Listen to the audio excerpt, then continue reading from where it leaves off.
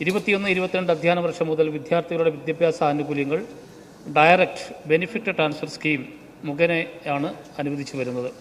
കേന്ദ്ര സർക്കാർ ഈ നിബന്ധന ഏർപ്പെടുത്തിയിട്ടുണ്ട്.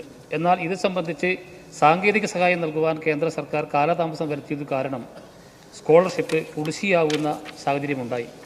സാങ്കേതിക സഹായം ലഭ്യമായ ഉടൻ തന്നെ കുടിശ്ശിക അടക്കമുള്ള മുഴുവൻ തുകയും വിതരണം ചെയ്യുവാൻ നടപടി സ്വീകരിച്ചു വരുന്നുണ്ട്. വിദ്യാർത്ഥികൾ അപേക്ഷ സമർപ്പിക്കുന്നതിലും സ്ഥാപനങ്ങൾ ഈ അപേക്ഷകൾ പരിശോധിച്ച് ഫോർവേഡ് ചെയ്യുന്നതിലും വന്ന കാലതാമസവും കുടിശ്ശിക വരുവാൻ ഇടയായി. വിവിധ സർവകലാശാലകളുടെയും പ്രധാന വിദ്യാഭ്യാസ സ്ഥാപനങ്ങളുടെയും ഓൺലൈൻ പ്ലാറ്റ്ഫോമുകൾ ഏകീകരിച്ചുകൊണ്ട് താമസം വിന ആനുകൂല്യങ്ങൾ വിതരണം ചെയ്യുന്നതിന് നടപടി സ്വീകരിച്ചു വരുന്നു. 2024-25 വർഷം പട്ടികജാതി വിദ്യാർത്ഥികളുടെ പോസ്റ്റ് മെട്രിക് ഇ ഗ്രാൻഡ് ആവശ്യത്തിനായി 223 കോടി രൂപ വകയിരുത്തിയിട്ടുണ്ട്. അതിൽ നിന്നും 30 കോടി രൂപ വിതരണം ചെയ്ത് കഴിഞ്ഞിട്ടുണ്ട് സാർ. ഇതിനായി അധിക ധനസഹായം ലഭ്യമാക്കുന്നതിന് ആവശ്യമായിട്ടുള്ള നടപടി സ്വീകരിച്ചു വരുന്നു. വിദ്യാഭ്യാസ ആനുകൂല്യങ്ങൾ കുടിശ്ശിക വരുത്താതെ വിതരണം ചെയ്യുന്നതിനുള്ള നടപടി സ്വീകരിച്ചു കഴിഞ്ഞിട്ടുണ്ട്. സ്കോളർഷിപ്പ് നൽകി വരുന്നതിലുള്ള ഈ കാലതാമസവും അതുപോലെ തന്നെ ഈ സാങ്കേതിക എററും കാരണമാണ് ചില തടസ്സങ്ങൾ ഉണ്ടായിട്ടുള്ളത്.